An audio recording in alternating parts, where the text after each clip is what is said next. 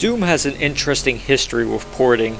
Ever since John Carmack released the Doom engine source code, retroactively now known as the idTech 1 engine, to the public in 1997, Doom has become the most ported game ever. You can play it on the PC, of course, but you can also play it on the console, in your car, on a piano, on a printer, on an ATM machine. Heck, you can even play Doom inside Doom. I'll link some videos in the description to show you some examples of this, but I mention this because a lot of this is possible because the source code's release to the public has made things so much easier. However, we're here to talk about source ports. That is to say, the ports of the original games for computer devices like Windows, Macintosh, and Linux, among others. There are tons of source ports for this game, so many that it might be hard to decide which one is best for you. So for that question, I'm going to show a few of the more well-known ones in this video. I might do another video of other source ports in the future, if enough interest is in such a video.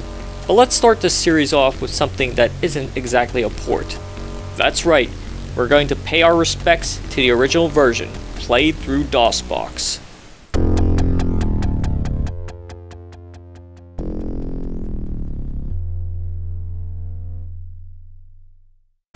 Here it is, DOSBox Doom.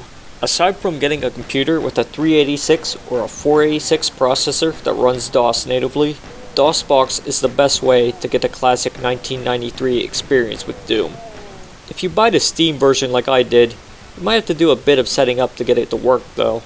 I'll link some guides in the description to help set things up if you want to play it this way. Once things are all set up, you'll be gaming at a whopping 320 by 200 resolution at 35 frames per second, which is the way most people played it back in '93. This is the true vanilla experience, as pure as it can get. There are some problems that the modern gamer will experience though. The basic controls aren't that good. Let's be real, the arrow movement with the slow turning and strafe buttons bound to the comma and period keys are just obsolete at this point. If you have the GOG version, you shouldn't have too much of a problem setting things up, but if you have the Steam version like I do, well, tough luck for us Steam users, huh?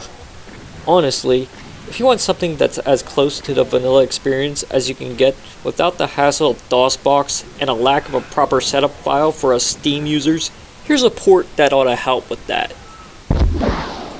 Yes indeed. Chocolate Doom is your best bet for nearly pure vanilla gameplay with an easier setup than DOSBox. It's a source port that runs natively on Windows and Mac. Linux users might have to set things up differently, but there's a little guide for setting that up in the Chocolate Doom wiki. Anyways, this is a great way for a first timer to get their hands on Doom on the PC and are looking to play it the way everyone else did back in the 90s, with a few minor quality of life changes. For instance, you can easily rebind the keys with the setup executable that comes with it, which also modifies the keys in the DOSBox version, by the way. Not only that, but it has support for more music types, including not only the basic MIDI files, but the OGG and FLAC files as well. DOSBox had some issues with the mouse too, but this version also fixes that. It also has my favorite quality of life feature, the option to always run. I'll be honest with you, it hurts my little pinky finger when it's almost permanently pressed down upon the shift key button for every level, so this is a change for the better, if you ask me. However, aside from these minute details, the bugs, engine quirks, low resolution, and frame rate are all there for you to enjoy. Now that I mentioned the commercial and non-commercial way to get the 1993 experience, I want to take some time to talk about another commercial way to play Doom on the PC.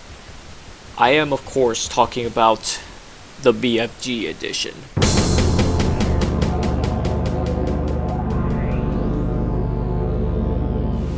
Oh god, the BFG edition. I've heard a lot of nitpicks about the Nintendo Switch and mobile re-releases of classic Doom, but a lot of these nitpicks, aside from the whole Bethesda and that crap, are present in this version too.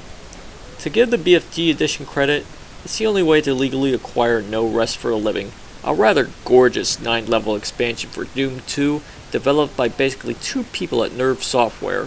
However, If you really want to get your hands on it without feeling too dirty, wait for this one to go on sale. Why don't I like this port? Well, first off, the pitch randomizer is just ridiculous sounding at times. You listen to this and tell me that sounds nice, especially with the weapon sounds.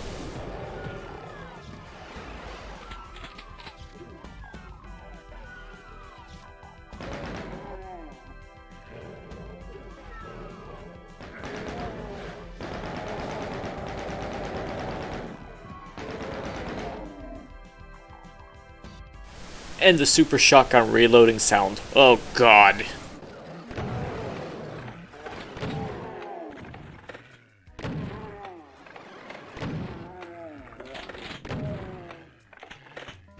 Well hey, if you're playing Doom 2 and playing Underhalls, here's a spot where you can just restart the map.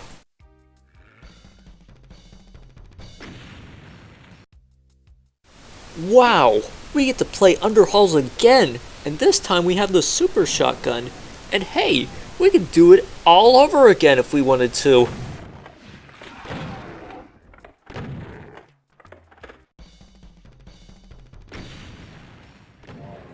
We could do this all day, just playing Underhalls indefinitely, clearing it repeatedly and repeatedly and repeatedly. Though I have to say, for the sake of information, that button there would have normally led to another secret map, which was included in the Xbox version of Doom, which is Map 33 Betray. However, in the BFG edition, it just leads you to Underhalls again. The map's in the game files, and you can play it if you want to by using an idclev command by another source port or something along those lines. However, you can't play it through the BFG edition. It's just there though. It's just sitting there, waiting to be played. I believe the same thing is also possible for E1M10 in Doom 1. They're both just sitting there, just waiting for you to play them. How about that? But if you don't play these maps, you are not missing out on too much, to be quite honest. These maps are rather dull, rather mazy, ugly. Yeah, they're just hideous, and I have no idea why they put them in the original Xbox version to begin with. I believe a developer made them in like the 90s or something, and just put them there just because they sucked. But I have no idea why they left them in there. Lazy devs. Whatever. Let me continue on about the BFG edition's quirks. Now, where was I? Oh yes, you might have noticed in the BFG edition that medikits and stim packs have these little red and white pills on them instead of the red cross. That's because the symbol of the red cross is internationally copyrighted, and the organization that holds the rights to it likes to threaten legal action at times when it's used in video games. Now the developers could have easily skipped through this by making the cross green. That gets the point across better than these ugly pills if you ask me, because the green cross isn't trademarked, it's a generic symbol. Anyways, the music is played through the Gravis ultrasound module, but like in the Switch and mobile versions, it's slower than the originals. I mean, I guess it doesn't sound as sad as the generic wavetable MIDI versions that are played on the mobile versions and the Switch, I guess.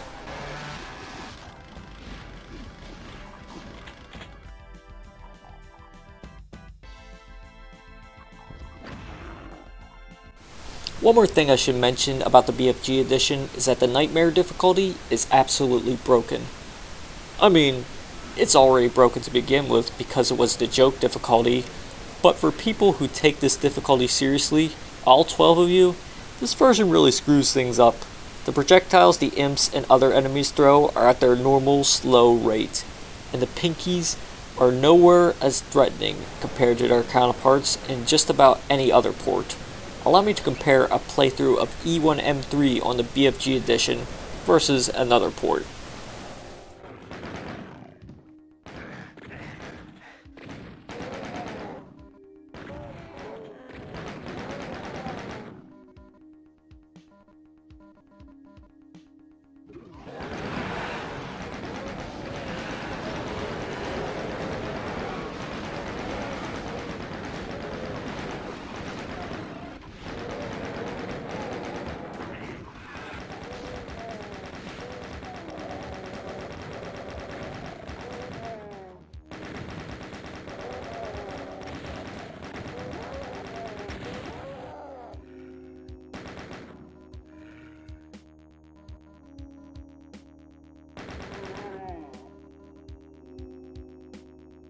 Yeah, the BFG edition is really screwy, and I don't want to talk about it anymore. I'd rather talk about a good source port like GZDoom.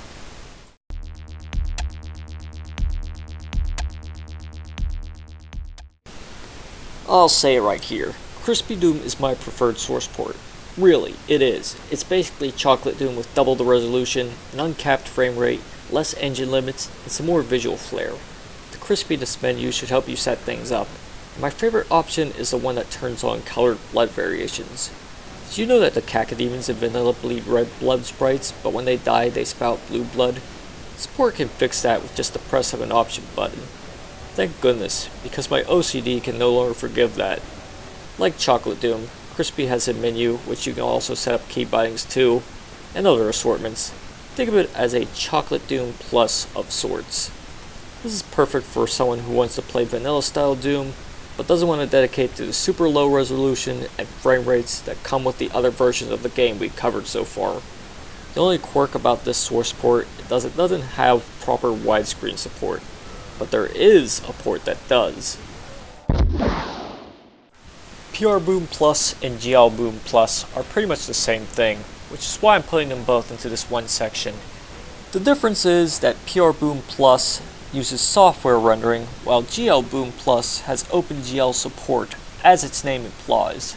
This is a great limit removing port that will help you play the more complex maps that are compatible with it. It's another popular port with Doom purists due to the fact that it keeps the vanilla gameplay features intact, but also comes in widescreen. The only thing I really don't like about this port is the fact that there's no way, as far as I'm aware of, to change the blood colors for the cacodemons and barons and whatnot.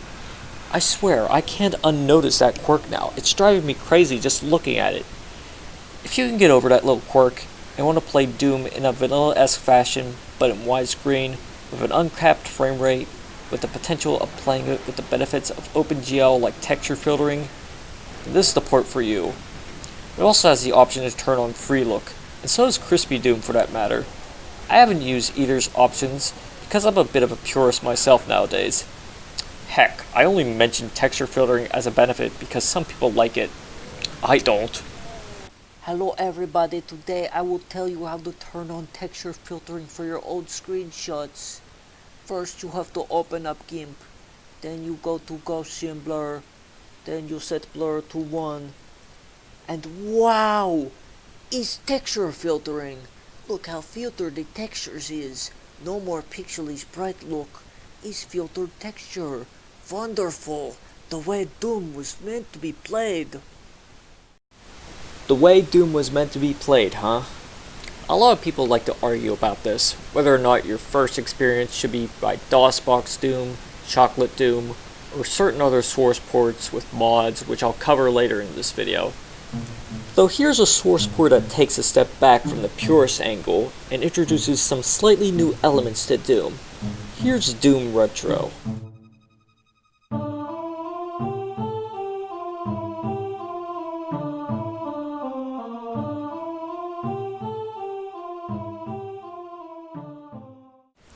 Doom Retro is a port that began development rather recently, all things considered. It started off in 2014, which I know is 5 years ago as of this video, but that's still quite recent when it comes to making these source ports.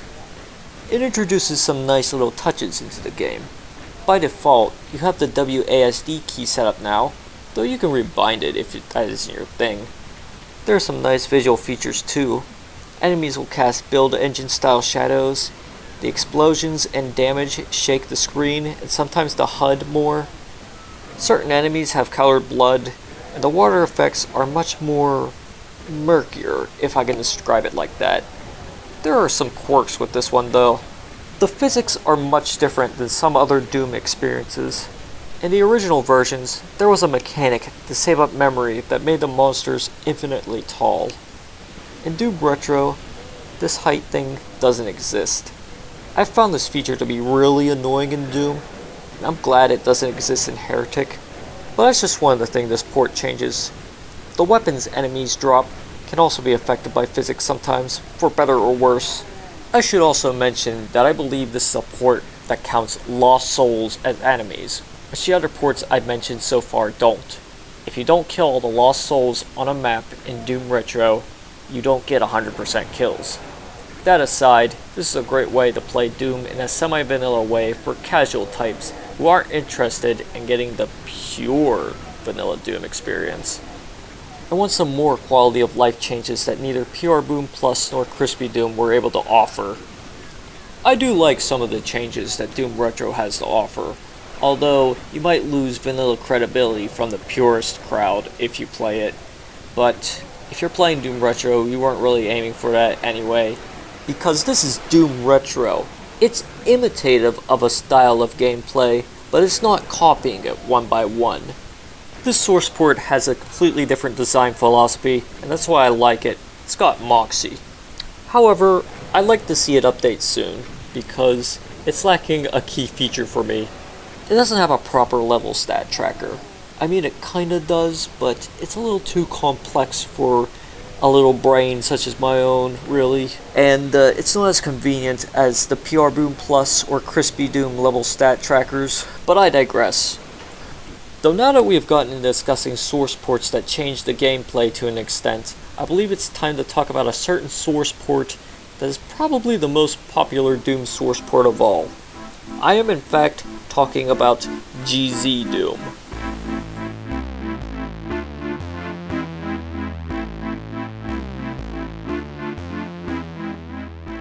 GZDoom is a successor of the ZDoom source port, which was discontinued in 2016. It supports a wide variety of things, including OpenGL and more recently Vulkan rendering, texture filtering, scaling, changing sound fonts without a virtual synth of some sort, and all kinds of things really. It's also really easy to make mods for it, because of a thing called Decorate. Unfortunately, Decorate isn't really supported by the other source ports I mentioned before, but that's okay. It also has ZScript, which is an even more interesting way to make mods. I might be mistaken, but imagine if Lua, ACS, and Decorate had a baby, and you've got ZScript.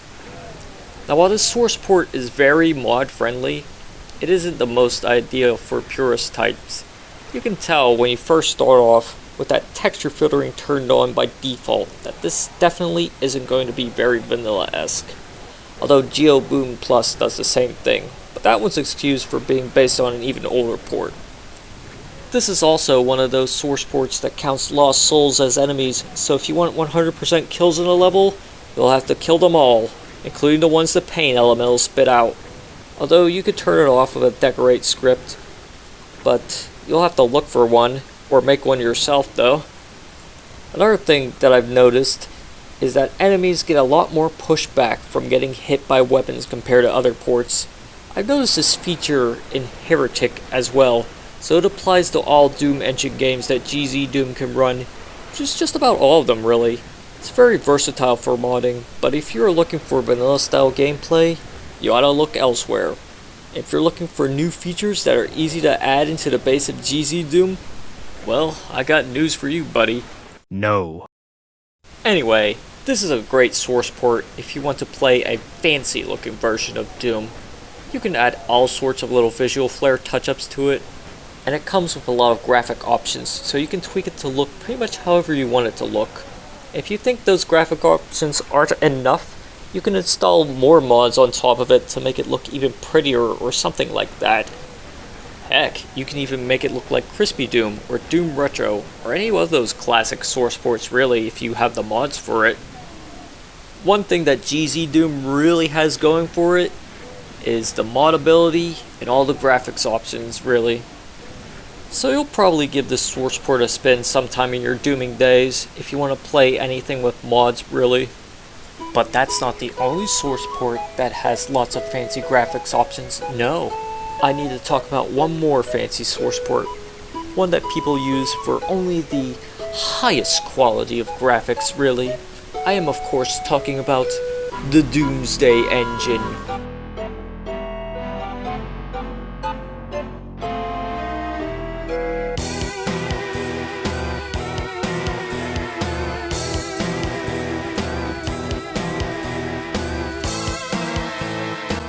Oh god, it looks so tacky.